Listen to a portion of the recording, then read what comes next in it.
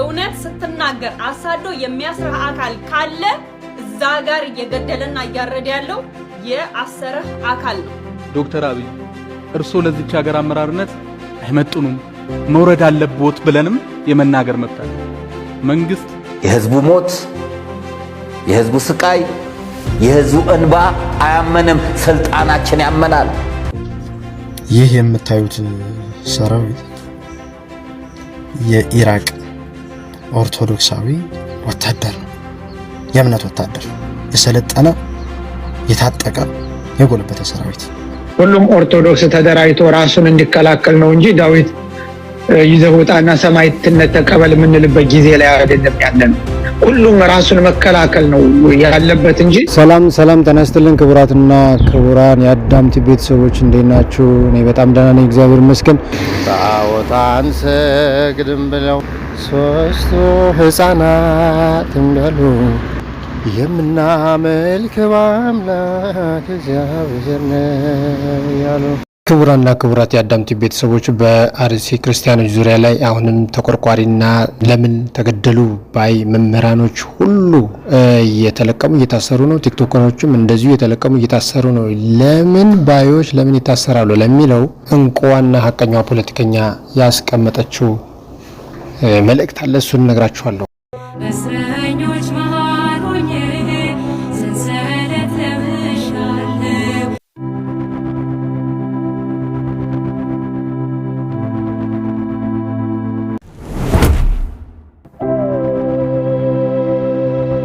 አልተቤን አልበተስም ለሰይጣን እጄን አልሰጥም። እንቁዋና ሀቀኛዋ ፖለቲከኛ ያስቀመጠችው መልእክት አለ። እሱን እነግራችኋለሁ። እኛ የምንረዳው ሀቅ አሳሪው አካል ከገዳዩ የራቀ አለመሆኑን ነው ብላለች። ስሟ ምስጢረ ስላሴ ታምራት ትባላለች። አነጋጋሪው መልእክቷ እንዲህ ነው። የፖለቲከኛዋ ምስጢረ ስላሴ ታምራት መልእክት በአሁኑ ወቅት በኢትዮጵያ ኦርቶዶክስ ተዋሕዶ ቤተክርስቲያንና በምዕመናን ላይ እየደረሰ ያለውን ፈታኝ ሁኔታ ፖለቲካዊና ማህበራዊ እንድምታውን በጥልቀት የገመገመና ወቅታዊ ስጋትን ያነገበ ነው። ምስጢረ ስላሴ እንዲህ ነው መልእክቷ።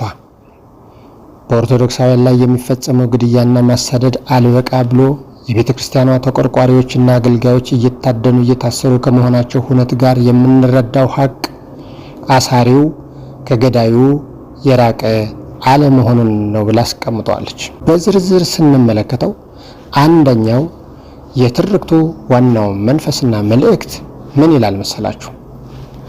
አሳሪው እና ገዳዩ አንድ ናቸው ወደሚለው ትኩረት የሳበ ይሆናል። አሳሪው ማን ነው ይታወቃል። ገዳዮቹ ማን ናቸው ይታወቃሉ።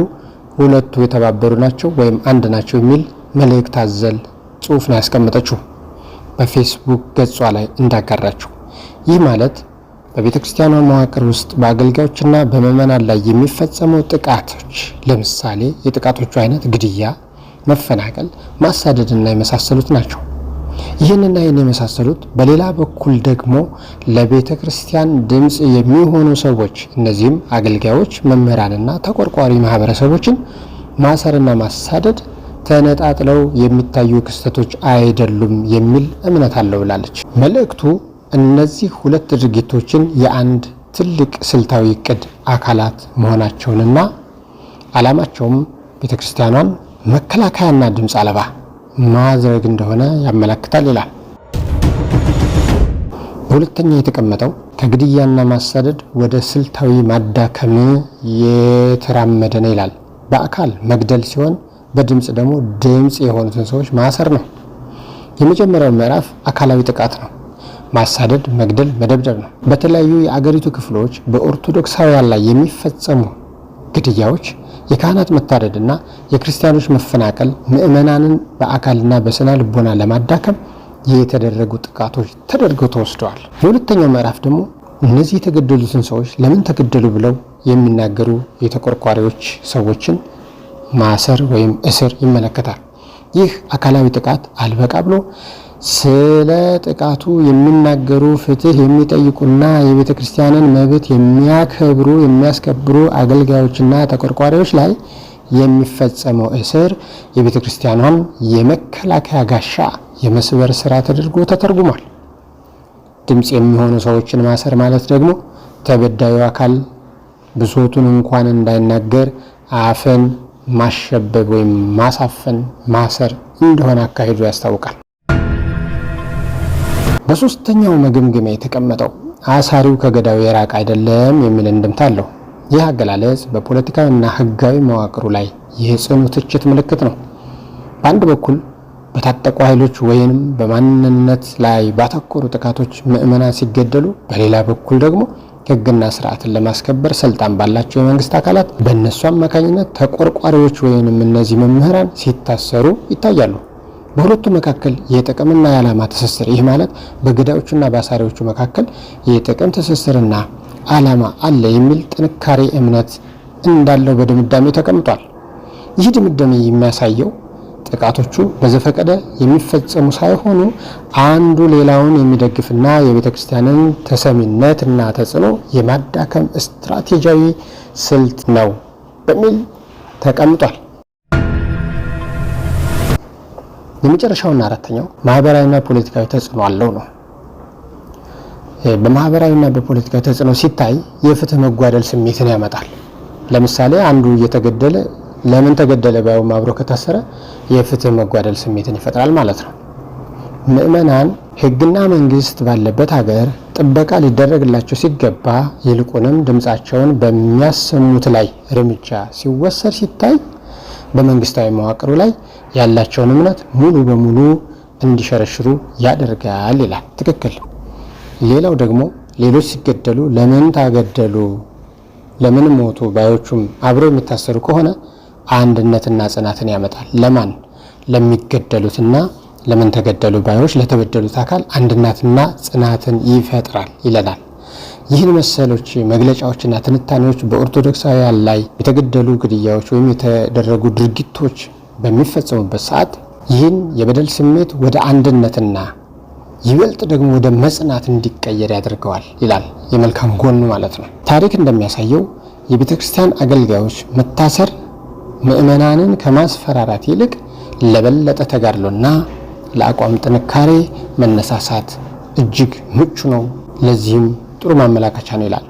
ሲጠቃለል የዚች የምስጢረ ሥላሴ ታምራት መልእክት በወቅታዊቷ ኢትዮጵያ ውስጥ ኦርቶዶክስ ተዋሕዶ ቤተክርስቲያን እየገጠማት ያለው ዘውጋዊ ወይም ስልታዊ ጫና በግልጽ የሚያሳይ ነው ይላል። መልእክቱ በግልጽ እንደሚያስረዳው የቤተክርስቲያኗን ሕልውና ለመጠበቅ የሚደረገው ትግል ከአካላዊ ጥቃት መከላከል ባለፈ የሐሳብና የድምጽ ነፃነትን ለማስከበር የሚደረግ የፍትህ ትግልና ስልት ጭምር መሆኑን የልጅቷ መልእክት ያመለክታል። ግድያውና እስሩ የአንድ ሳንቲም ሁለት ገጽታዎች መሆናቸውን በመረዳት ምዕመናንና መሪዎች ገዳዩን በንቃትና በስትራቴጂያዊ አንድነት ሊመለከቱት እንደሚገባ ትልቅ ማሳሰቢያ ይሰጣል። በዚህች በምስጢረ ሥላሴ አጭር የጽሑፍ መልእክት ላይ ሐሳቡን ቢያካፍሉን ደስ ይለናል። የኮሜንት መስጫ ቦታውም ክፍት ነው ብለናል። ይህንን ቪዲዮ በመጀመሪያ ልጋብዛችሁ። ሌላ እንግዳ ሰው መጥቶ የለም የገደላቸው። ሌላ አዲስ የሆነ ሰው መጥቶ አይደለም ደማቸውን ያፈሰሰው። እዛው የራሳቸው ሰው አብረው ያደጉ፣ አብረው የበሉ፣ አብረው የጠጡ፣ አብረው ለመትረፍም ጭምር ቃሉን ያሰሙ የነበሩ። ክርስትና በነገራችን ላይ በጣም የሚደንቀው እኔነት ስለሌለበት ነው። በነገራችን ላይ እኔነት ስለሌለበት ነው። ስለተረፍን ወይ ስለተሰበሰብን ወይ እኛው ራሳችን እግዚአብሔር እንዴት እንደሚገኝ ስላወቅን ስለሌላው ግድ አይሰጥንም አንልም ክርስቲያኖች። እንጂማ እንደዛ ብንሆን ኖሮ ማን ያሰቃየን ነበር? ማን ይገለን ነበር? ማን እንደፈለገ ሰይፍ እያነሳ አንገታችን ሊያሳርፍብን ነበር? ማንም። እንዲሁ ዝም ብንል እንዲሁ ራሳችንና ራሳችን ብቻ ነው እንጂ ለሌላው አይመለከተንም ብንል ምንም አንሆንም። ግን እንደዛ እንድንሆን ደግሞ ተብለን አልተጠራንም፣ አልተዘጋጀንም። እውነት ስትናገር አሳዶ የሚያስረህ አካል ካለ እዛ ጋር እየገደለና እያረደ ያለው የአሰረህ አካል ነው። አርሲ ላይ ኦርቶዶክሳውያን እየታረዱ ነው። በቁማቸው ተለኩሶ እሳት እየተቃጠሉ ነው። ቪዲዮን ያያችሁ አይታችሁታል አይደለ? ከሰል ሆነው ተቃጥለው ኦርቶዶክሳውያን አንገታቸው ላይ ማተብ ስላደረጉ ብቻ ማለት ነው። እዛ ጋር ያለውን ህመም እዛ ጋር ያለውን ለቅሶ እዛ ጋር ያለውን የህዝብ መበደል ወተን እንዳንናገር አጀንዳ እንዲቀየር እዚህ ጋር ያሉትን ወንድሞች እዚህ ጋር ያሉ ካህናት አባቶቻችንን ለምን ስለ አርሲ ድምጽ ሆናችሁ ብላችሁ ወስዳችሁ አሰራችኋቸው? የትም ይሁን የትም ድምጽ መሆናችንን አናቆምም። ተወደደም ተጠላም እዛ ጋር ወገን እየተገደለ ነው። ኢትዮጵያዊን ክብሪት ለኩሶ በቁሙ እያቃጠለ ነው። ቪዲዮን ያያችሁ አይታችኋል። የሰው ልጅ በህይወት እያለ ክብሪት ተለኩሶ ከሰል እስኪሆን ድረስ እየነደደ ማለት ነው። እነሱም በማሰር አርሲ ጋር ያለውን ድምጽ በጭራሽ ማጥፋት አትችሉ። ካለቀ ከደቀቀ ከተገደሉ ከተጨፈጨፉ ከተቃጠሉ በኋላ እንኳን ቢሆንም ቅሉ ቀድሞ ግን በጣም ንቆ የሆኑትና ቀድሞ የገባቸው ምን ሲሉ እንደነበርና ምን እያሉ እንዳሉ ምን እየተናገሩ እንደሆነ እንመልከት። ዶክተር አብይ እርሶ ለዚች ሀገር አመራርነት አይመጡንም መውረድ አለብዎት ብለንም የመናገር መብት አለ። መንግስት ህግና ስርዓትን አያስከብር አንልም። የአንድ መንግስት ትልቁ ኃላፊነት እንደውም እና ዋነኛው ኃላፊነቱ የዜጎቹን ሰላምና ደህንነት ማስጠበቅ ነው። ማንም ሰው ከህግ በላይ አይደለም። ማንም ሰው ከሀገር በላይ አይደለም። ሀገር ከምትፈርስ ወንጀለኞች ለፍትህ መቅረብ አለባቸው። እሱ ላይ ድርድር የለም። ነገር ግን ይሄን አይነት አቋም ሲያራምድ የነበረ ለሰላማዊ ትግል ሲል ዋጋ ሲከፍል የነበረ ፓርቲ ከዚህ ሁከትና ብጥብጥ ጋር ያይዞ ድንጋይ አስወርውረሃል፣ ገንዘብ ረድተሃል፣ አደራጅተሃል ተብሎ ያለምንም ተጨባጭ መረጃ የፓርቲን አመራር ማሰር ፍጹም ተገቢ ነው ብለን አናምንም። ይሄን የምንለው አሁንም ማንም ሰው ከህግ በላይ ሆኖ አይታሰር አይደለም። ግን እርሶ የመጀመሪያ አስታውሳለሁ ንግግሮት ስልጣን በያዙ ማግስት ያሉት ማንንም ሰው አስረን አንመረምርም፣ በቂ መረጃ ካላገኘን በስተቀር አናስርም ነው ያሉት። በዚች ሀገር ላይ ሐሳብን መግለጽ በተለይ በእርሱ የስልጣን ዘመን ሐሳብን መግለጽ ስርዓቱን መቃወም ያሳስራል ብለን አንጠብቅም ነበር። የህዝቡ ሞት፣ የህዝቡ ስቃይ፣ የህዝቡ እንባ አያመንም፣ ስልጣናችን ያመናል። በእውነት አንድ ጳጳስ ቢሞት አንድ ጳጳስ ቢገደል እንዴት ሲኖዶስ እንደሚሆን አውቃለሁ። እንዴት እንደሚሆን ዓለም ይስማልኝ ይል ነበረ። ህዝቡን ይጠራ ነበረ፣ ይጮህ ነበረ፣ ጥቁር ያስለብሰን ነበረ። የሰው ሞት ግን አልተሰማቸውም አንዳንዶች። የሰው ህመም አልተሰማቸውም አንዳንዶች። ለጊዜው ኮሚቴ ይቋቋማል። ይሄ አድበስብሶ ለማለፍ የሚደረግ አሰራር ነው። ይታወቃል። መንግስት እናጣራለን ይላል፣ እነሱ ኮሚቴ እናቋቁማለን ይላሉ። ይሄ ቀድሞም የታወቀ ነው።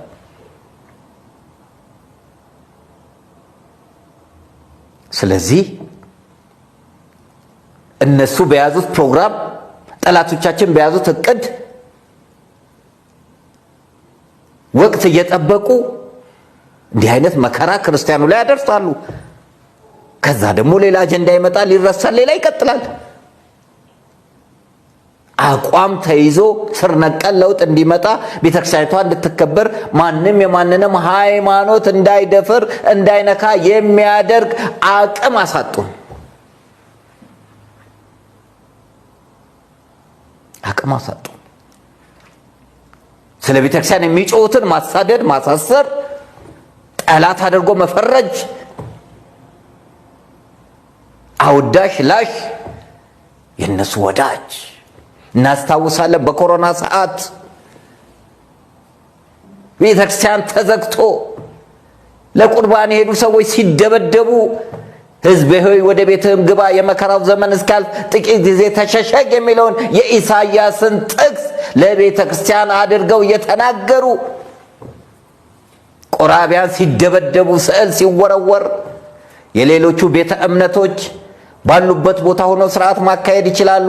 እኛ ግን ቁርባኑ ቤተ መቅደስ ነው፣ መስቀሉ ቤተ መቅደስ ነው፣ ጸበሉ ቤተ መቅደስ ነው፣ ዕጣኑ ቤተ መቅደስ ነው። በቴሌቪዥን ተከታተሉ እየተባለ ያን ጊዜ አብረው የመንግስትን ሐሳብ ሲያራምዱ የነበሩ ካድሬዎች ከዛም በኋላ ከነሱ በላይ ላሳር ህብረቱን በታትነው ካድሬ መመልመል ተጀመረ። ዘማሪያንና ሰባኪያን አባቶችን እያወደሱ ቤተክርስቲያን ብትቃጠል የማይጮሁ፣ ቤተክርስቲያን ብትነድ የማይጮሁ፣ መከራ ቢመጣ የማይጮሁ፣ ክርስቲያን ቢሰደድ የማይጮሁ ተፈጠሩ። መንፈሳዊ ሚዲያ ያልናቸውም ስለ መንፈሳዊ ጩኸት፣ ስለ ቤተክርስቲያን መጮህ አይፈልጉም። ጎመን በጤና ብለው። ስለዚህ ስደቱ መጣ፣ መከራው መጣ። በፊትም ነበረ፣ አሁንም አለ። ህብረት እስካልፈጠርን ድረስ አሁንም ይቀጥላል።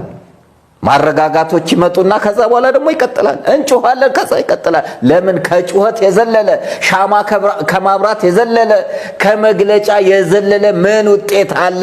እስቲ ቅዱስ ሲኖዶስን ልጠይቃችሁ።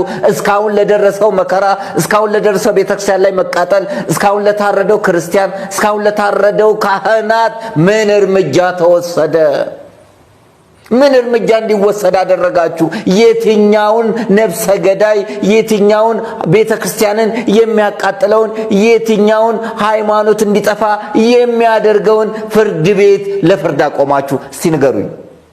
በተለያየ መልኩ አገር ማፍረስ አልሆነላቸው ሲል የመጨረሻ ካርዳቸው ሃይማኖት ነበር። ሊጀምርላቸው ነው። ደስ ሊላቸው ይችል ይሆናል። ነገር ግን ፍጻሜው ደግሞ የከፋ ነው የሚሆነው።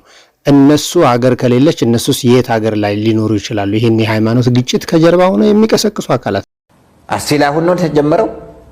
ከዚህ በፊት የለም። በተለያዩ ክፍላት ሀገር የለም። በተለያዩ ክልል የለም። ምን እርምጃ ወሰዳችሁ? በአመት ሁለቴ ተሰብስባችሁ የስልጣን የደሞዝ ጥያቄ ስታቀርቡ የቤተክርስቲያን ህልውናን የሚያስከብር ውሳኔ ወሰናችሁ፣ አሳልፋችሁ ቤተክርስቲያንን የትኛው ጋር ነው ያስከበራችኋት?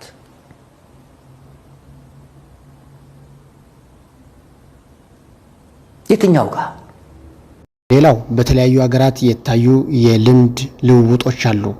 አንድ ሃይማኖት በሌላ ሃይማኖት ተጽዕኖ የሚደርስበትና ለመፍረስ የሚያሰጋው ህዝቡ እየተጨፈጨፈ የሚያልቅ ከሆነ የራሱን የእምነት መከላከያ ሊያቋቁም ይገደዳል ማለት ነው።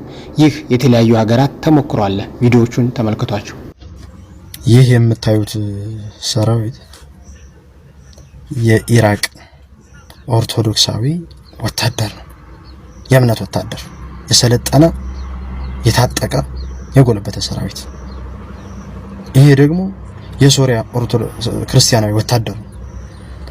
በአይኤስ ግዛት የነበረችውን ተዋግቶ ያስጣላት ቤተክርስቲያኑን በክብር መስቀሏንና የሀገሩን ሰንደቅ ከፍ አድርጎ በጉልላቷ ላይ ሲሰቀል አያችሁ። ይሄ ሲሳለም አየህ። ይሄ ደግሞ የሩሲያ ሰራዊት ነው፣ የሩሲያ ወታደር ነው የምታዩት። ይህ ሁሉ ከነ ዩኒፎርሙ በክብር ገብቶ ቤተክርስቲያንን የሚያከብር፣ በቤተክርስቲያን ለጸሎት የሚንበረከክ፣ ክቡር ስጋውን ቅዱስ ደሙን የሚቀበል አያችሁ እንዴት እንደሚያምረው።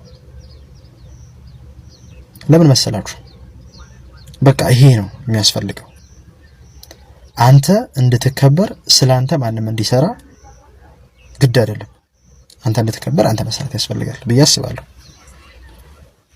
ዓለም አሁን ለአልቃሽና ለጯሂዎች ጆሮ የላትም። ክርስቶስ ይሰማዋል፣ እንባን፣ ለቅሶን፣ ጩኸትን ይሰማል። ዓለም ግን አትሰማው።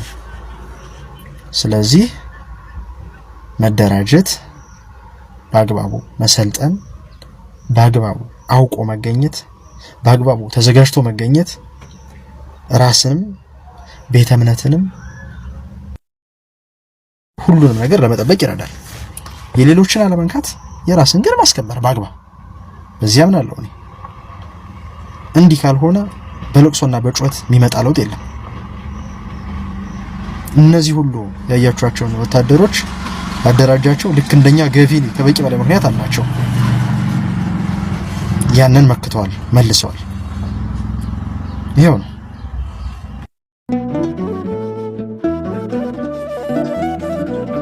ሁሉም ኦርቶዶክስ ተደራጅቶ ራሱን እንዲከላከል ነው እንጂ ዳዊት ይዘህ ውጣና ሰማዕትነት ተቀበል የምንልበት ጊዜ ላይ አይደለም ያለ ነው። ሰማዕትነት ተቀበል፣ ዳዊት ይዘህ ወጣ፣ አንገትን ተቆረጥ፣ ትጸድቃለህ ብለን አንሰብክበት። ዝወቅ ሁሉም ራሱን መከላከል ነው ያለበት እንጂ የኢራቅ ክርስቲያኖች እንደ ምሳሌ ይሆኑናል። አይኤስኤስ ኢራቅ ውስጥ የሚኖሩ ክርስቲያኖችን ከምድረ ገጽ ማጥፋት ነበረ። ወዲያው የሃይማኖት አባቶች ምንድነው ያደረጉት? ተደራጅተው ቀጥታ ከአይኤስኤስም ሆነ በክርስቲያኖች ላይ ከሚመጣው መከራ መከላከል ያለብን ሃይማኖታችንን እየጠበቅ መሳሪያ ታጥቀን ነው ብሎ ቄሱ መነኩሴው የለም፣ ሁሉም ታጥቆ ራሱን ነው እየተከላከለ ያለው። ማንኛውም ኦርቶዶክስ እንደ ኢራቅ ክርስቲያኖች ታጥቆ ተደራጅቶ ራሱን መከላከል እንዳለበት ነው። ሞያ ከጎረቤት ነው ይላል ያገሬ ሰው። ከጎረቤት ሀገር ሞያ ቅሰም። እሺ ውድ ቤተሰቦቼ እስካሁን ሰብስክራይብ ያላረጋለ እስኪ ያላረገ ካለ እስኪ እጁን ያውጣ። ይሄው እዛ ጋ ይተኛል። አንተ እስካሁን አላረክም፣ አንቺም አላረክሽም። በሉ ሁላችሁም ሰብስክራይብ አድርግ። እናቶችም እህቶችም ወንድሞችም በሙሉ ሰብስክራይብ አድርግ። አዳዲስ ቪዲዮዎች ይዤ እቀርባለሁ። እስከዛ ሰላም ሁኑልኝ። አመሰግናለሁ። ባይ ባይ።